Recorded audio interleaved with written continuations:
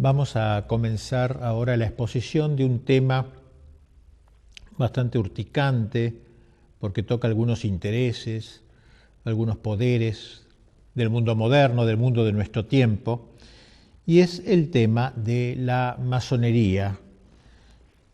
El sentido de la masonería, más que hacer una historia de la masonería, un poco cuál es el contenido de la masonería y ver si en la actualidad la masonería ha perdido su virulencia, su sentido anticatólico y sea posible aceptarla o no aceptarla como movimiento ideológico.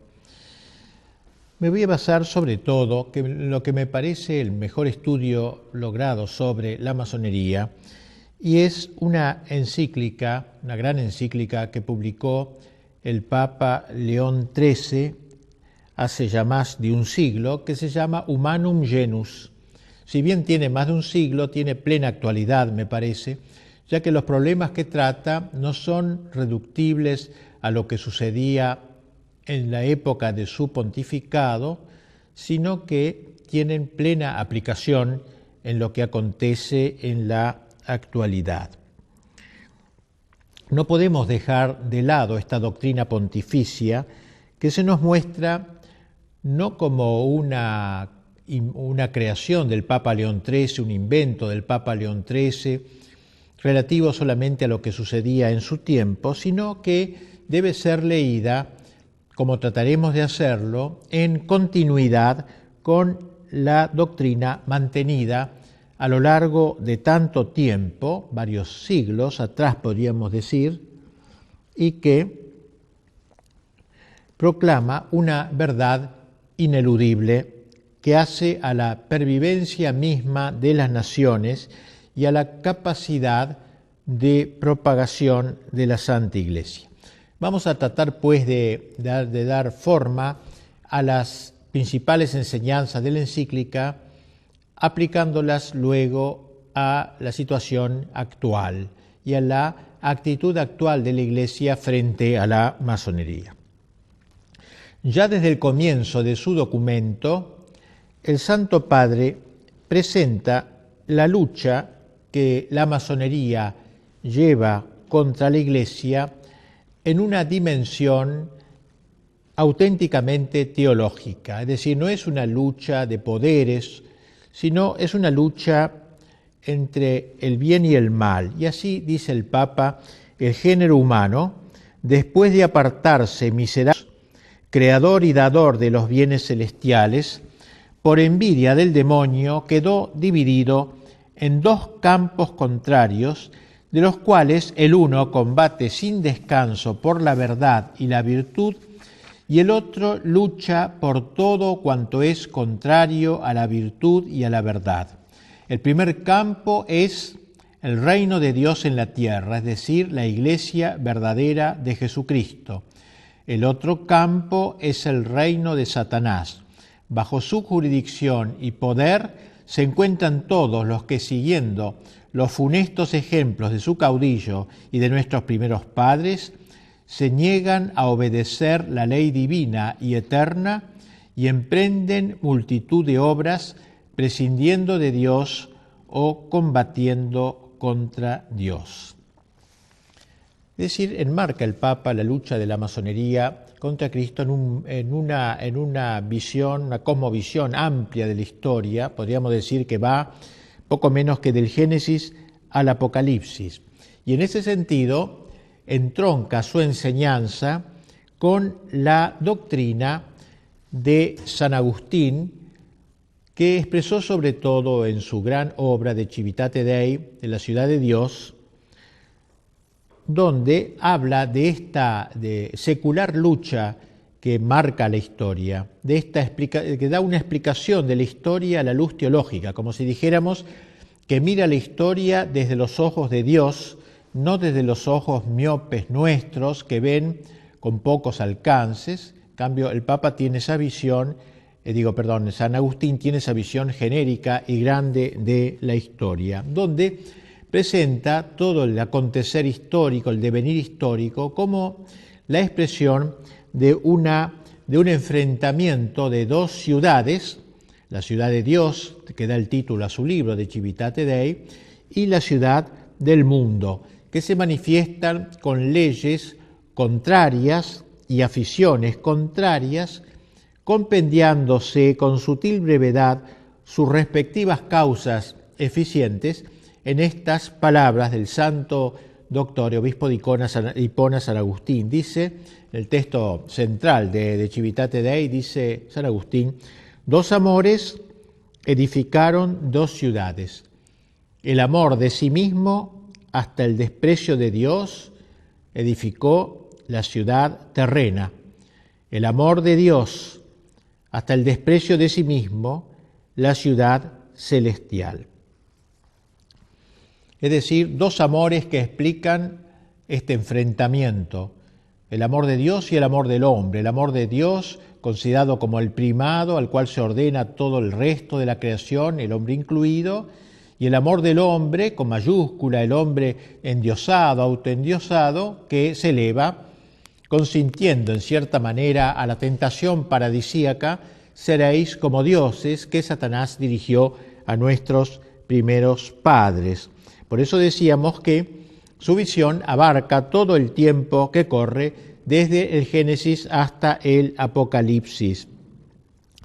Es natural que San Agustín, al presentarnos este gran proyecto, esta gran visión teológica con ojos divinos, ojos de águila, de toda la historia, sus análisis concretos no podían rebasar la época en que vivió. San Agustín murió en el siglo V y obviamente no pudo explicarnos lo que sucedería después de su muerte, y por eso desde el siglo V, hasta que va explicando desde el Génesis hasta el siglo V, hace un salto hasta el fin de los tiempos, hablando del juicio, del cielo, del infierno, de la gloria, pero claro, deja este bache inconcluso, estos siglos que separan el siglo V del fin de los tiempos, sin escribir. Obviamente él no podía saber lo que iba a pasar luego, pero sí nos ha dejado las claves de interpretación histórica. Gracias a esas claves podemos luego interpretar lo que ha ido sucediendo a lo largo de los siglos. Pero nos interesa ver cómo León XIII, al empezar su encíclica Humanum Genus sobre la masonería, la pone a la luz de esta gran visión agustiniana del enfrentamiento de las dos ciudades. Y así León XIII, luego de haber aludido a ello, añade lo siguiente, dice: durante todos los siglos han estado luchando entre sí con diversas armas y múltiples tácticas, aunque no siempre con el mismo ímpetu y ardor. En nuestros días, todos los que favorecen el campo peor parecen conspirar a una y pelear con la mayor vehemencia bajo la guía y con el auxilio de la masonería, sociedad extensamente dilatada y firmemente constituida por todas partes. No disimulan ya sus propósitos, se levantan con suma audacia contra la majestad de Dios, maquinan abiertamente la ruina de la Santa Iglesia con el propósito de despojar enteramente, si pudiesen, a los pueblos cristianos de los beneficios que le ganó Jesucristo, nuestro Salvador. Es decir, entonces esta lucha agustiniana se extiende a lo largo de todos los siglos han luchado estos dos contendientes con todas sus fuerzas, pero no siempre con el mismo ímpetu y ardor. Y dice cómo todas las fuerzas del mal, todo lo que favorece en el campo peor, dice, parecen conspirar bajo la guía de la masonería. Así que ya ahí nos marca cómo este enfrentamiento de las dos ciudades se encuentra en uno de sus campos, el campo de Dios, la guía de la Iglesia, la guía del Magisterio, la guía de Cristo, y del campo de las fuerzas del mal, la guía del demonio, y en la tierra de la masonería. Así creo que ya desde el principio vemos cómo el Papa enmarca este estudio en una visión teológica y no meramente sociológica, o considerar la masonería simplemente como una asociación más en la historia, sino como una promotora, como una guía de todas las fuerzas que conspiran contra el Evangelio y la evangelización. La base que justifica el juicio condenatorio que de la masonería ha pronunciado el Santo Padre reside, y esto queremos destacarlo fuertemente porque creemos que es lo esencial, reside, en la conexión intrínseca de la masonería con los principios del naturalismo. Dice el Papa, todo su empeño se reduce a traducir en los hechos las teorías del naturalismo. ¿Qué es el naturalismo? Es una corriente moderna, pero que comenzó con mucha claridad a manifestarse en los siglos XVII, pero sobre todo XVIII y parte del XIX, en donde hay una exaltación de la naturaleza del hombre en detrimento del orden sobrenatural. Sabemos nosotros los cristianos que en el mundo hay todo un orden natural, que es el orden de las cosas de la tierra, el orden de las personas que vivimos acá, de la economía, de la política, del arte, de la cultura, todo el orden temporal vive en ese orden natural. Es decir, natural significa que hubiera brotado instintivamente de los hombres tal cual Dios los ha creado en su naturaleza. El hombre por naturaleza tiene que trabajar en economía, tiene que hacer política, preocuparse por el bien común, tiene que trabajar en el arte, la cultura, en fin, todo lo natural, lo que brota naturalmente del hombre. Pero además de eso, los cristianos sabemos que existe un orden sobrenatural. La palabra lo indica, un orden que está por encima de la naturaleza y que es el orden del trascendental, el orden de la trascendencia, el orden gratuito, que Dios no estaba obligado a dar al hombre por ser hombre, sino que lo ha agregado, lo ha añadido en cierta manera. Por eso decimos sobrenatural. Pues bien, el naturalismo es un movimiento que se ha propuesto, digamos así, erradicar de la visión del hombre todo el orden sobrenatural. Que el hombre no crea que no existe más que el orden natural. Y todo llamado a lo sobrenatural es una utopía, una ilusión que debe ser borrada de la faz del hombre de cultura. El hombre que tiene cierta cultura, ciertas luces, el hombre iluminado del iluminismo, no puede creer en la existencia de un orden sobrenatural, solo vale el orden natural. Pues bien, el naturalismo es la doctrina que exalta la naturaleza. Se abroquela en la naturaleza, se encierra ahí en la naturaleza, no quiere saber nada del orden sobrenatural porque piensa que ya el hombre se basta a sí mismo. El hombre con sus propias fuerzas podrá perfectamente solucionar todos sus problemas y los problemas de la sociedad. Si no le alcanzan sus propias fuerzas, la fuerza de toda la sociedad unida le permitirá al hombre alcanzar su felicidad en la tierra. Fíjense ustedes que es un poco la tendencia que luego tendría el marxismo cuando hablara Marx de el paraíso en la tierra, o sea, el hombre que logra con sus solas fuerzas, a fuerza de músculos, encontrar su salvación, su felicidad en la tierra. Eso es el naturalismo, una herejía, prácticamente la más grande herejía de nuestro tiempo. Y dice un autor contemporáneo, Gabriel del Noche, que él piensa que el fin de la historia, la época del anticristo, se caracterizará por una victoria casi general del naturalismo. O sea, el anticristo será una figura política que impondrá la doctrina del naturalismo en todo el mundo, de modo que pocos sean los que van a resistir, como dice el Apocalipsis, un pequeño resto, y casi todo el mundo vivirá a la luz de esta mentalidad naturalista. Pues bien, reitero lo que dice el Papa, todo el empeño de la masonería se reduce a traducir en los hechos las teorías del naturalismo. ¿Ven ustedes entonces? Tratar de meter el naturalismo en las almas, en los corazones, en las sociedades, traducir en los hechos, llevar el naturalismo a la práctica, dejar que sea una doctrina teórica o de escritorio y pase a ser una doctrina convocante y que esté en el corazón de los hombres y de las sociedades. Pasa luego el pontífice a señalar los distintos aspectos que caracterizan el naturalismo y se trasuntan en la cosmovisión de la masonería. El principio fundamental de los que profesan el naturalismo, dice el Papa, es que la naturaleza humana y la razón natural del hombre han de ser en todo soberanas absolutas. O sea, no aceptar ninguna soberanía de lo sobrenatural, de lo alto que no existe. Toda la soberanía está en la razón soberana, la naturaleza soberana. De ahí prosigue el Papa el culto que la masonería rinde a la razón, a las luces de la razón, como lo llama, cerrándose a toda verdad que en una u otra forma pudiera trascenderla, ya que dicha verdad, en el caso de existir, implicaría un menoscabo de su soberanía. Es decir, cerrarse a toda verdad.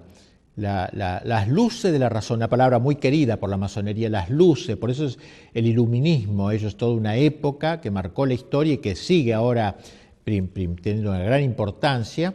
Entonces la masonería rinde a la razón esa gloria, digamos así, y piensa que cualquier aceptación de una verdad que no venga de la razón, por ejemplo, que venga de la revelación, que venga de lo alto, va en menoscabo de la soberanía. Hay una soberanía, hay un señorío de la razón. La diosa razón, recuerden ustedes que en la Revolución Francesa fue exaltada, que incluso llegó hasta el extremo delirante, tragicómico, de poner en la Catedral de Notre Dame, la Catedral de París, sacar la imagen de la Virgen Notre Dame, Nuestra Señora, sacarla y poner en su lugar a una prostituta como símbolo de esta razón, frente a la cual los allí presentes incensaban como si fuera una diosa, la diosa razón les llamaron. Decimos que es una expresión estúpida, aberrante, pero que sin embargo muestra esa intencionalidad, digamos así, de destronar lo sobrenatural y entronizar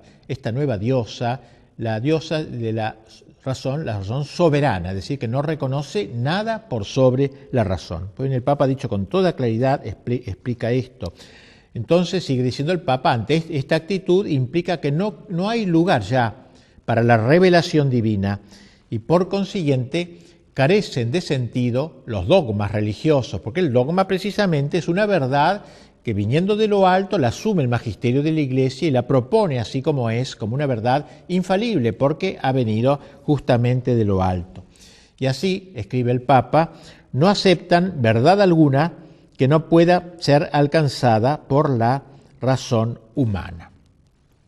Por ejemplo, que la verdad de que Cristo es Dios, digamos así, o la verdad de que Dios es uno y trino, hay un solo Dios y tres personas, la verdad de la Eucaristía, la presencia real de Jesucristo, la transubstanciación, todos esos dogmas, digamos, no caben de ninguna manera porque disminuyen la razón humana, disminuyen al hombre, la soberanía del hombre.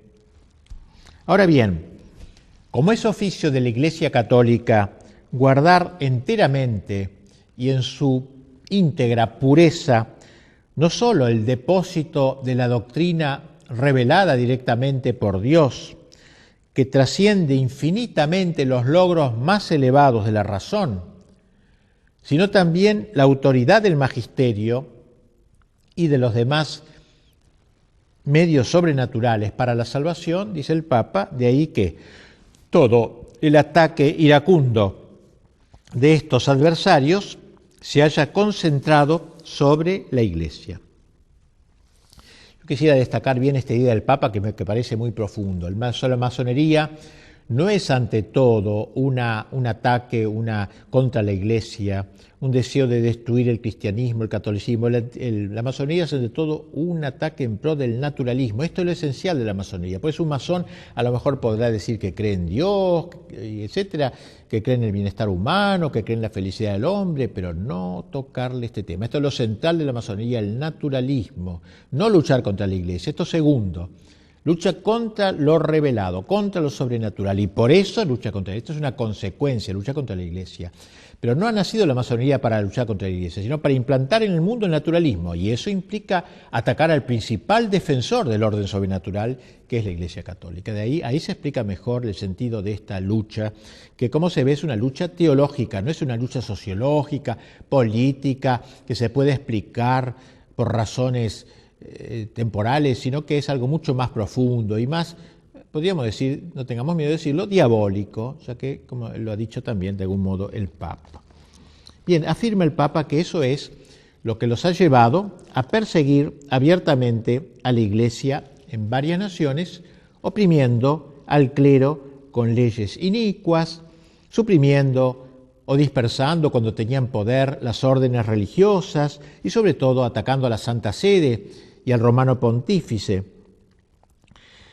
Destaquemos la sutileza, y pienso que esto es muy importante frente a algunas interpretaciones ingenuas quizá de todos estos problemas y de la misma masonería como tal. Digo, la sutileza con que el documento del Papa que estamos comentando, más allá de los episodios anecdóticos, analiza el sentido profundo que se encubre en el ataque de la masonería contra la Iglesia.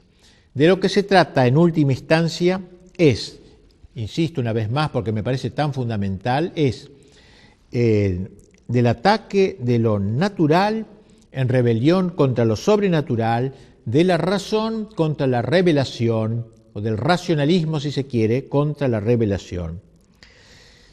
Pero el Papa da un paso más.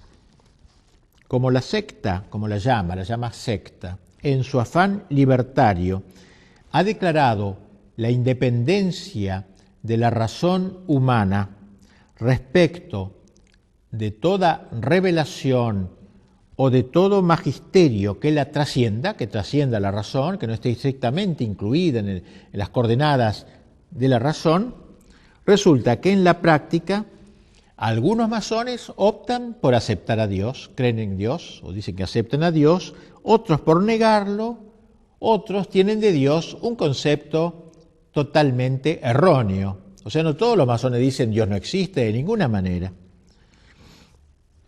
Una vez destruido o averiado este concepto fundamental de lo que es Dios o de quién es Dios, caen en tierra por falta de sustento no tan solo todo el conjunto de verdades sobrenaturales negadas a priori por los masones, ya que todo lo sobrenatural no existe, sino también las mismas verdades naturales. Y esto es una genialidad del Papa, ¿no?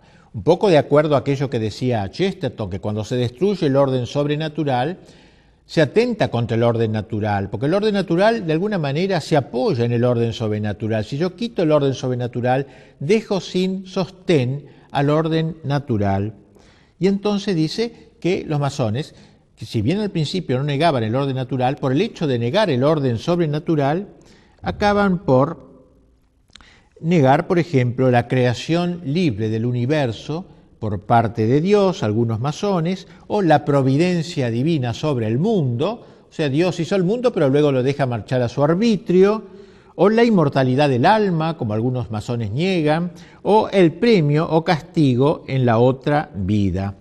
Es decir, dice el Papa con claridad, que derribado el orden sobrenatural, se desploma también el orden natural. Parece un dato muy inteligente, muy importante del Papa, frente a todos estos naturalistas que enarbolan el orden natural y no se dan cuenta que se autodestruyen al negar el orden sobrenatural, porque le quitan la base y la sustentación.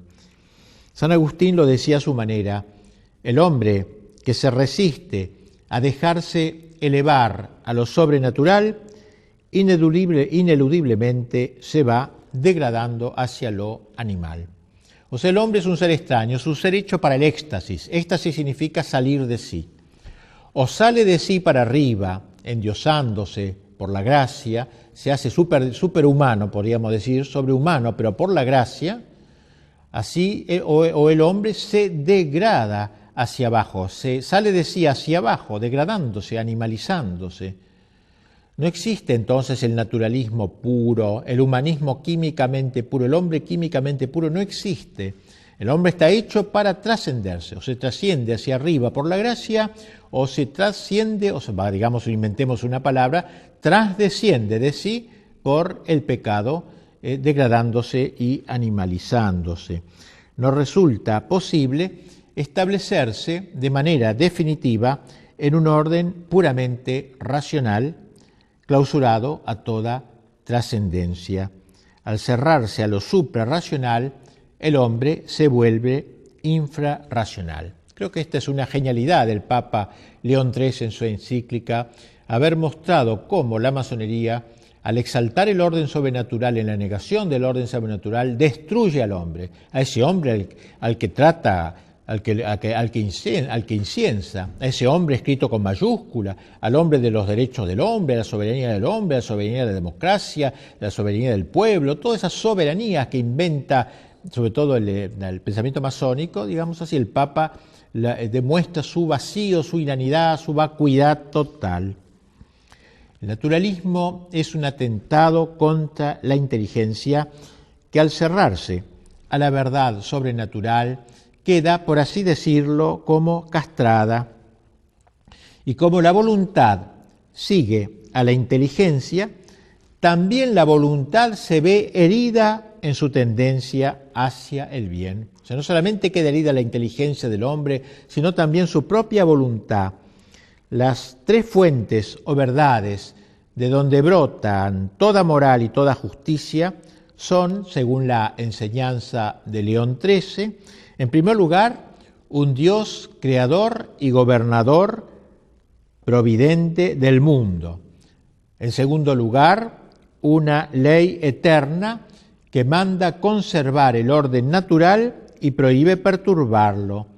Y finalmente, el fin último del hombre, más allá de todas las realidades humanas y de esta transeúnte, pasajera vida terrenal. Si se suprimen, dice el Papa, como suelen hacerlo el naturalismo y la masonería, la ciencia moral y el derecho quedan destituidos de todo fundamento y defensa.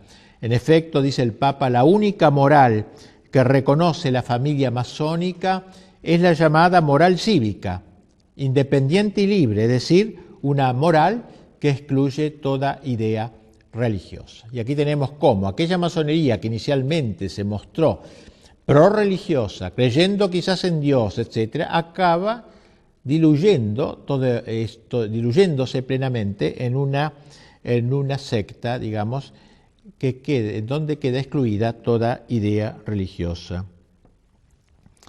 El rechazo de las verdades enseñadas por Dios, este iluminismo, este racionalismo, conduce necesariamente, según observa con sagacidad el Santo Padre, a la negación del pecado de nuestros primeros padres.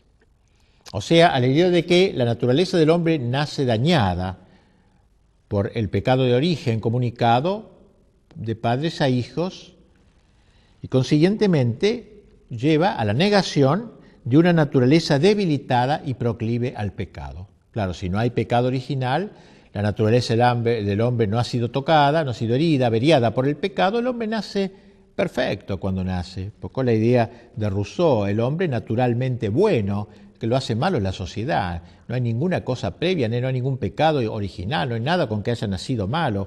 Es bueno, de por sí, si lo dejaran, por ejemplo, en una selva, sería buenísimo el hombre. ¿Por qué se hace malo el hombre? Por la sociedad lo arruina. Bueno, esta un poco es la idea de Rousseau, ¿no? Hemos visto, por el contrario, hasta qué punto los masones exageran las fuerzas y la excelencia de la naturaleza humana, precisamente porque el hombre no tiene pecado de origen, exageran la fuerza de la justicia humana, poniendo en esta el único principio regulador de la justicia. Ni siquiera se les llega a ocurrir la necesidad de que hay que sofrenar los ímpetus de la naturaleza y sus pasiones desordenadas. O sea, si el hombre ha nacido sin pecado original, sin malos instintos, ¿por qué la necesidad de mortificar las pasiones? Dejemos libre curso a los ímpetus del hombre, a las tendencias del hombre. Dejémosles libre curso, porque son sanas, son buenas. De modo que no es necesario adquirir un señorío de sí, como dicen los cristianos, un dominio de sí, fruto de un combate, una lucha interior, un combate prolongado y una constancia muy grande. No existe lucha interior, sino que el hombre de por sí es naturalmente bueno. Se trataría de una nueva y sutil formulación del viejo pelagianismo. ¿Qué era esto? El pelagianismo era una vieja herejía llamada así por su fundador, un tal Pelagio, el cual él y sobre todo sus seguidores sostenían que el hombre podía salvarse con sus propias fuerzas. Es decir, que los cristianos decimos que para salvarnos necesitamos la ayuda de Dios, la ayuda de la gracia. Los pelagianos decían que no, que el hombre se podía salvar y autorredimirse, salvarse solo. Pues bien, podríamos decir que la masonería resucita la vieja idea pelagiana. El hombre, por las solas fuerzas de su voluntad, es capaz de adquirir la rectitud natural, no necesita de la ayuda de Dios. El hombre, a fuerza de músculo, dice, quiero ser bueno y punto, y es bueno y se terminó. Y así entonces, que esta rectitud natural, que para el masón es la única concebible, porque no hay rectitud sobrenatural, la única concebible, así como por la sola fuerza de su razón, puede alcanzar la plenitud de la verdad. O sea, la razón, como no está herida por el pecado, solamente y sin ayuda de revelación puede llegar a la verdad total. Y la voluntad, como tampoco está herida por el pecado, no necesita vencer a las pasiones, sino que ella sola puede llegar a conquistar la felicidad. ¿Ven ustedes a dónde llega el naturalismo, el racionalismo, el naturalismo, cuando se alcanzan sus últimas consecuencias? Sin embargo, como insinuábamos más arriba, una actitud semejante, negatoria de la gracia, en realidad acaba por desembocar no en el santón laico, ese masón honesto, naturalmente honesto, digamos así, honesto burgués, como se ha dicho a veces, que se esperaba, sino en un hombre abiertamente desenfrenado. O sea, en el fondo, si se le deja al hombre seguir los instintos, seguir sus ocurrencias intelectuales, no es, como el hombre no es naturalmente bueno, como dicen los masones, sino está tocado por el pecado, ¿no? Entonces acaba en el desenfreno total. Justamente, si no hay una lucha interior, si no hay una victoria interior sobre las pasiones, el hombre acaba en un caos, en una Babel interior. Y así dice el Papa, comentando esto, dice, por esto vemos el ofrecimiento público a todos los hombres de innumerables estímulos de las pasiones, periódicos y revistas sin moderación y vergüenza alguna, obras teatrales extraordinariamente licenciosas. Al obrar así, proceden criminalmente, pero son consecuentes consigo mismos todos los que suprimen la esperanza de los bienes eternos y la reducen a los bienes caducos, hundiéndola en la tierra. Hunden su esperanza en la tierra. Linda la fórmula del Papa, ¿no? Hunden su esperanza en la tierra. La esperanza justamente que es hacia el más allá, que es una virtud teologal, que nos hace esperar en Dios, en el cielo, etc. Estos señores ponen la esperanza en la tierra, la hunden en la tierra, y esto produce este desenfreno que se muestra en los periódicos, en el cine, en todos lados, ¿no? En donde, pero son consecuentes consigo mismos, dice el Papa, claro, porque si niegan el orden sobrenatural y niegan que el hombre nazca con el pecado original, estas son las consecuencias lógicas de tales pensamientos. Me parece que el Papa desnuda claramente el contenido de la masonería, que se muestra tan caballeresca, tan gentilhombre, etcétera, y muestra como un espantapájaros. Si se le saca, lo que queda en el fondo es dos palos atravesados, no queda nada. El naturalismo doctrinal y moral que inspira todo el quehacer de la masonería tiene consecuencias asimismo en el orden social. Por lo que toca a la sociedad doméstica, la doctrina naturalista reduce el matrimonio a la categoría jurídica de un mero contrato entre un hombre y una mujer, cuyo vínculo, enteramente sujeto a la autoridad civil, es legalmente rescindible según la voluntad de los contrayentes. De ahí como la masonería siempre ha estado a la cabeza de toda lucha a favor del divorcio, precisamente por esto, porque el matrimonio es un contrato libre. Yo ahora lo hago con una mujer o con un hombre determinado, y luego, si dentro de 10 años no me encuentro bien o dentro de 15 días no me encuentro bien, lo rescindo, como cualquier contrato, lo puedo rescindir. Claro, ese es el fundamento del divorcio, que antes no existía y se fue metiendo poco a poco en buena parte, en varios países, por directa instigación de la masonería. Y en lo que atañe a la educación de los hijos, el naturalismo prohíbe enseñarles, o la masonería, cosa alguna como cierta y determinada en materia de religión. No hay que enseñar religión a los chicos. Cada cual, al llegar a la adolescencia, escogerá lo que prefiera. Y así escribe el Papa, los masones están de acuerdo con estos principios. No solamente están de acuerdo, sino que se empeñan hace ya tiempo por introducir estos principios en la moral de la vida diaria, lo que hemos dicho, o sea, meter el divorcio en las leyes, en la vida diaria, meter también, quitar la enseñanza religiosa en los colegios, la enseñanza laica, todas estas banderas que han ido sacando los masones por ejemplo en el siglo XIX, casi en un país tras otro, se veía una mentalidad, un grupo mundial que iba dirigiendo las campañas, en ese momento el aborto, la enseñanza laica. En confirmación de lo cual señala el Papa cómo algunos estados ya han introducido, dice el Papa, la ley del divorcio y otros están trabajando para ello. Esto hablaba él en 1880 y pico. Para el mejor logro de sus objetivos, la masonería intenta el monopolio en la educación de la juventud también. Con eso la va a formar en esta mentalidad, tratando de imposibilitar toda intervención de la Iglesia en dicho campo. O sea, la Iglesia que no se meta en los colegios, enseñanza laica.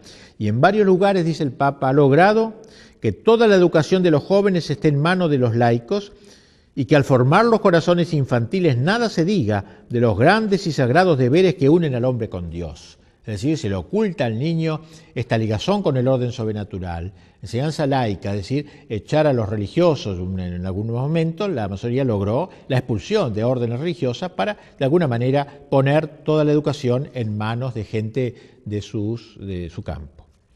Y en cuanto a la sociedad política, sigue diciendo el Papa, la intervención de la masonería es también demasiado evidente, trabajando tenazmente por anular todo posible influjo del magisterio y de la autoridad de la Iglesia en el ser y el obrar de los estados. Con este fin, señala el Santo Padre, los masones organizan conferencias y suscitan movimientos de opinión en pro de la separación total de la Iglesia y del Estado, que fue también otro de los eslogans de la masonería. Antes estaba unida la Iglesia y el Estado, colaboraban, ya que tenían súbditos comunes, trataban de entenderse entre ellos para que el súbdito no estuviera en una situación de esquizofrenia, digamos, por un lado el Estado le manda una cosa, la Iglesia otra, etcétera. Pues bien, una de las banderas de la masonería fue la separación de la Iglesia y el Estado, así como fue también el divorcio, vimos, y la educación laica, la separación de la Iglesia y del Estado, es decir, acabar con los estados confesionales, con los estados católicos, con el fin de eliminar todo resto de cristiandad, del influjo cristiano sobre el orden temporal, apoderarse del poder político. Excluyen así, dice el Papa, de la legislación y de la administración pública el influjo saludable de la religión católica, de lo cual se sigue la tesis de que la constitución total del Estado debe establecerse al margen de las enseñanzas y de los preceptos de la Iglesia. O sea, el Estado tiene que seguir su camino totalmente al margen de la enseñanza de la Iglesia, cosa que vemos actualmente casi impuesta en la mayor parte de los estados modernos. Pues bien, todo esto es un logro, podríamos decir, de la masonería. La idea que los masones se hacen de la vida ciudadana coincide admirablemente con el concepto liberal de la política. Más aún, el liberalismo es hijo directo de la masonería, la concreción del naturalismo masónico en el ámbito de la política. Pero la fecundidad de la masonería no se agota solo en el liberalismo. El Santo Padre, adelantándose en cierta manera a lo que la historia demostraría con los hechos, enseña que la masonería, al engendrar el Estado liberal, preparaba el camino al socialismo marxista. Y piense que esto lo dice el Papa casi contemporáneamente a Marx, fines del siglo XIX, fue como un profeta. Dice el Papa en su encíclica, estos cambios y estos trastornos son los que buscan de propósito muchas asociaciones comunistas o socialistas. La masonería, que favorece en gran escala los intentos de estas asociaciones y coincide con ellas en los principios fundamentales de su doctrina, no puede proclamarse ajena a los propósitos de aquellas. Bien, la masonería solo puede ser entendida a fondo si se la considera en el contexto del gran proceso desacralizador que comenzó a fines del siglo XIV. La Edad Media, a pesar de todos sus defectos, logró plasmar la cristiandad. Cristiandad significa la impregnación por parte del Evangelio del orden temporal, de la política, de la cultura, del arte, de la economía, impregnado todo por el espíritu del Evangelio. Esta sociedad, cristiandad, descrita con tanta expresividad por el mismo León XIII en su encíclica Immortale Dei, donde decía al que el Papa hubo un tiempo, triste la expresión, no, hubo un tiempo como con nostalgia, hubo un tiempo en que la filosofía del Evangelio gobernaba los estados. Entonces aquella energía propia de la sabiduría cristiana, aquella su divina virtud, había penetrado profundamente en las leyes, instituciones y costumbres de los pueblos, en todos los órdenes y problemas del Estado, cuando la religión fundada por Jesucristo, colocada firmemente sobre el grado de honor y de altura que le correspondía, florecía en todas partes, secundada por el favor de los príncipes y por la legítima tutela de los magistrados, y el sacerdocio y el imperio, concordes entre sí, departían con toda felicidad en amigable consorcio de voluntades e intereses. Organizada de este modo, la sociedad civil produjo bienes muy superiores a toda esperanza. Y miren cómo termina este texto el Papa: todavía subsiste la memoria de ellos y quedará consignada en un sinnúmero de monumentos históricos, ilustres e indelebles, que ninguna corrupturabilidad de los adversarios podrá nunca desvirtuar ni oscurecer. Como diciendo, ¿qué queda de toda esa época gloriosa de cristiandad? Nada, solo algunos monumentos, unas iglesias románicas, góticas, pero todo eso no ha sido destruido y queda firme la memoria. Por eso empezaba el Papa este texto: hubo un tiempo en que la filosofía del Evangelio gobernaba los estados. Lo dice con tristeza, porque en esa época de él ya la masonería había dado pasos fundamentales para la conquista del mundo, de la sociedad, del Estado sobre todo, para sus intentos. La destrucción de todo resto de cristiandad es aquí el gran designio de la masonería, de la cristiandad, no solo de la Iglesia, sino de la cristiandad. Es decir, tratar de quitar todo influjo, digamos, del Evangelio en el orden temporal. Y si ahora quedan pequeños bastiones donde todavía existe ese influjo, hay que erradicarlos lo antes posible. Pues bien, tal sería la enseñanza del Papa. Y tras exponer el programa de la masonería, el Papa señala los logros que ésta ha ido consiguiendo. Dice el Santo Padre: en el espacio de siglo y medio, la masonería ha alcanzado rápidamente un crecimiento superior a todo lo que se podía esperar, e infiltrándose de una manera audaz y dolosa en todos los órdenes del Estado, ha comenzado a tener tanto poder que casi parece haberse convertido en dueña de los estados. Y así entonces, la ofensiva masónica, constante e implacable, en orden a destruir tanto la religión como la Iglesia y resucitar después de 18 siglos la moral y la doctrina del paganismo, su rechazo, dice el Papa, de los beneficios que con tanta bondad alcanzó Jesucristo, no solo para cada hombre en particular, sino también para cuantos viven unidos en la familia, en la sociedad civil, tal ofensiva y tal rechazo no son comprensibles, como dijimos al comienzo, sino a la luz del gran combate teológico al que aludíamos antes, al combate de las dos ciudades en lenguaje agustiniano o de las dos banderas en lenguaje ignaciano. En este insensato y abominable propósito, dice fuerte, vigorosamente el Papa, parece revivir el implacable odio y sed de venganza en que Satanás arde contra Jesucristo.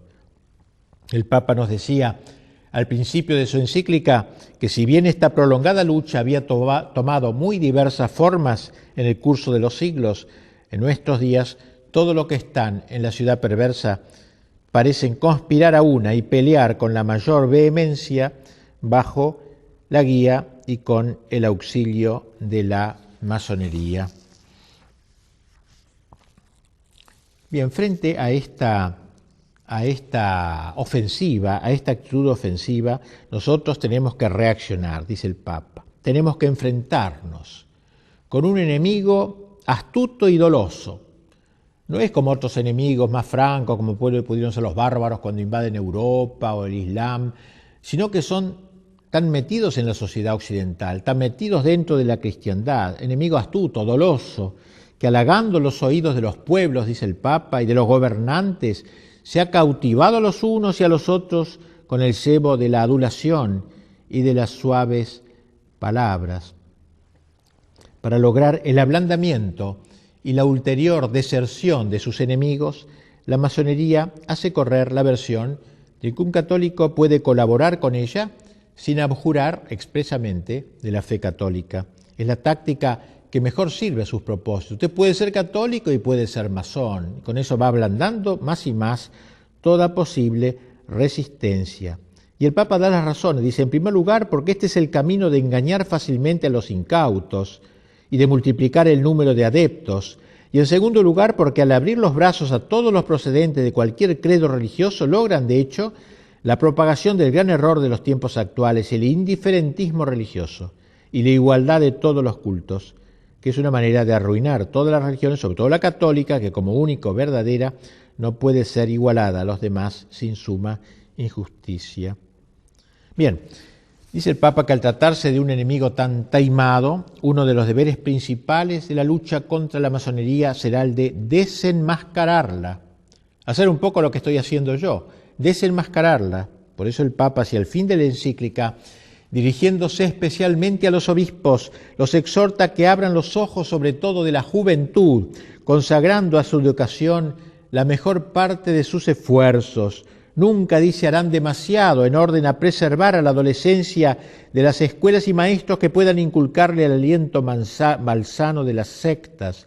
Habrá que incluir en la enseñanza de la doctrina la exposición y la perversidad de la masonería, de modo que todos puedan precaverse de las artimañas que suelen emplear para sus dañados propósitos.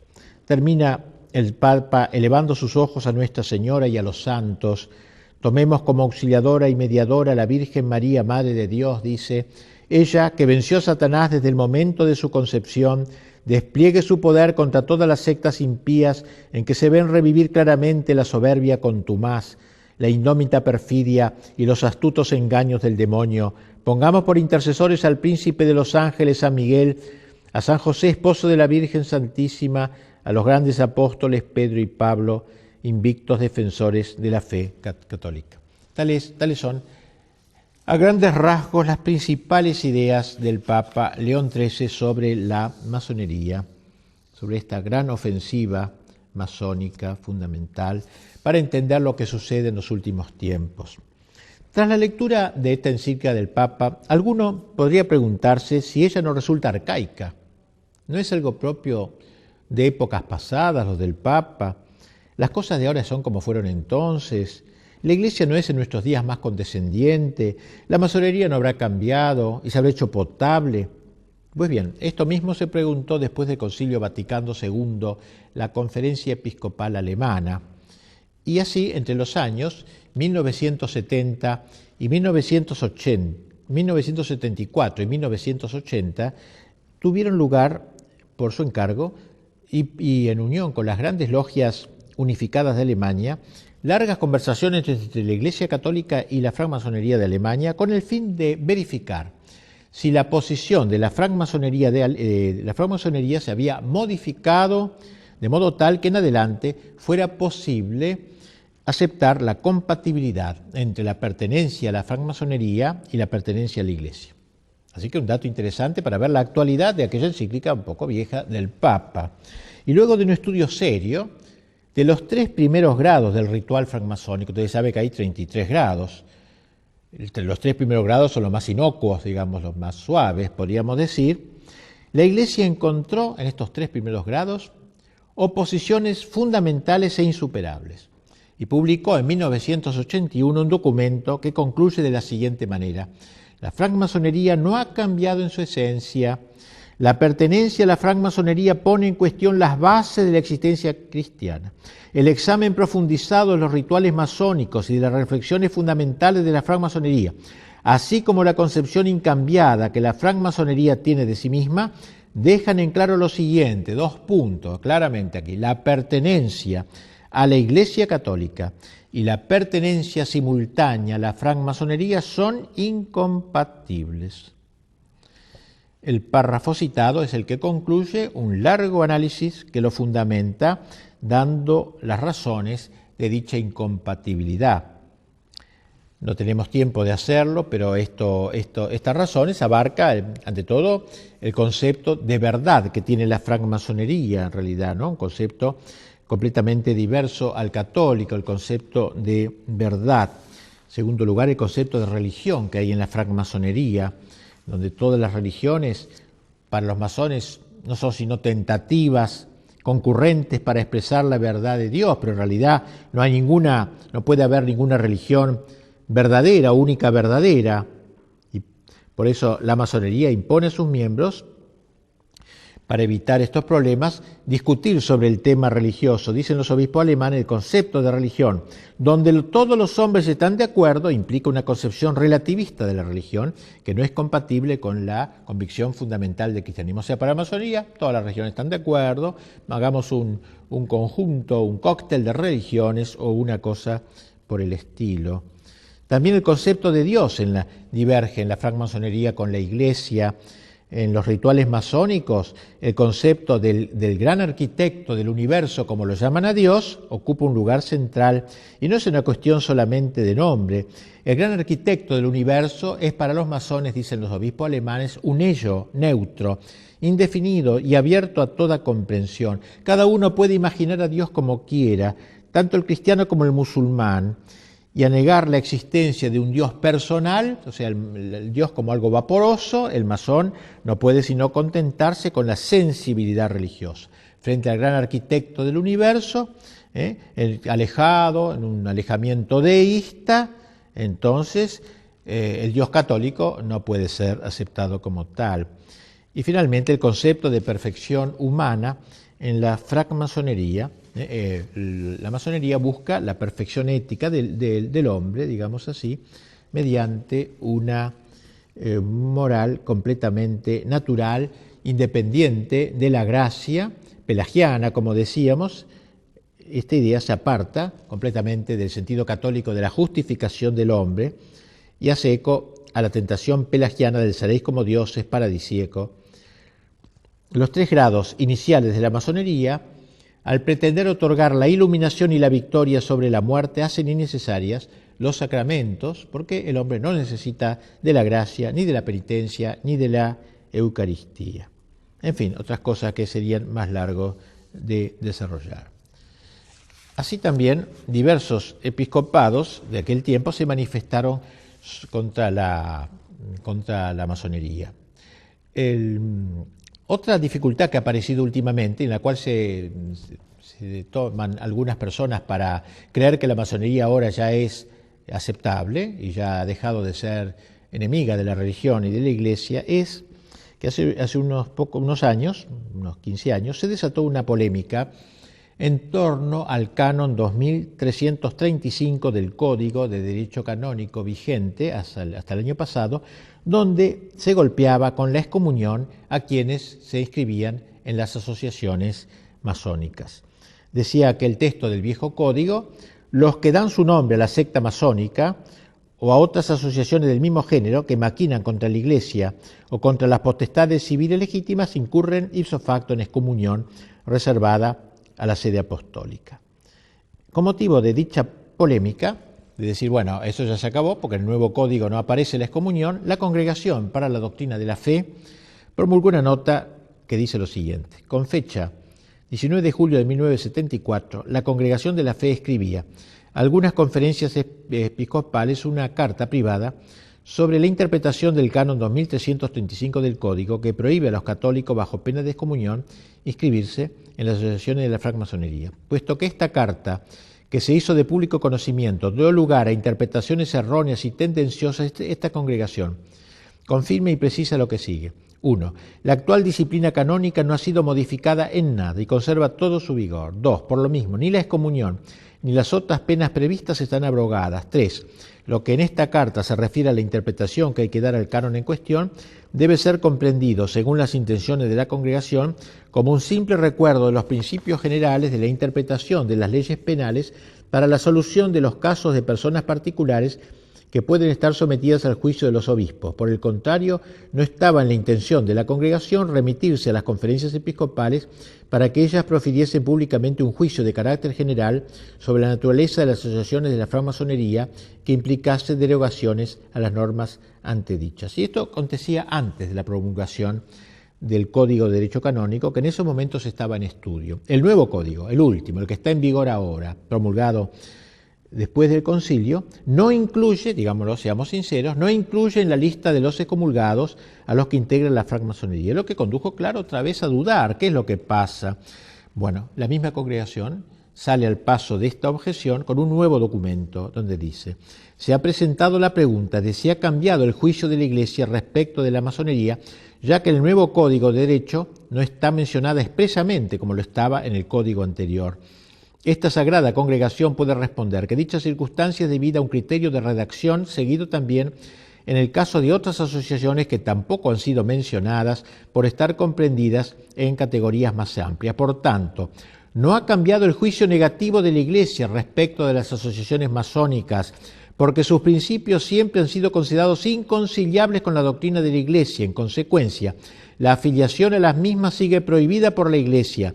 Los fieles que pertenezcan a asociaciones masónicas se hallan en estado de pecado grave y no pueden acercarse a la Santa Comunión, etcétera, ¿no? O sea, no están directamente excomulgados, pero no pueden acercarse a comulgar. Las cosas están claras, pues la masonería sigue prohibida a los católicos, sus principios siguen siendo inconciliables con los de la Iglesia y la pertenencia a su fila supone pecado grave que excluye la comunión sacramental.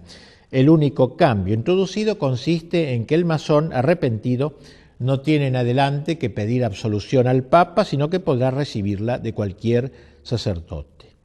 Así que la Iglesia sigue manteniendo su oposición a la secta. La masonería, por su parte, sigue siendo la enemiga de la Iglesia, de la cristiandad y de las patrias católicas. Desgraciadamente, sus metas se están logrando en buena parte. Ya no es necesario estar afiliado a la masonería para profesar los ideales masónicos, naturalistas y laicistas. Baste pensar, por desgracia, que el común de la gente, según acepta estas ideas, es como la mentalidad general. Ahora todo el mundo vive estas ideas del naturalismo, ¿no? Aunque no esté afiliado a la masonería, y en ese sentido ha habido un gran triunfo social de ellos, pero esta victoriosa infiltración de la masonería en la sociedad de nuestros tiempos e incluso en el interior de la Iglesia solo debe servirnos para oponernos a ella con más intrépida decisión, enfrentarla con todos los medios lícitos que están a nuestro alcance. Es un deber de todos los católicos que quieran de veras llamarse militantes.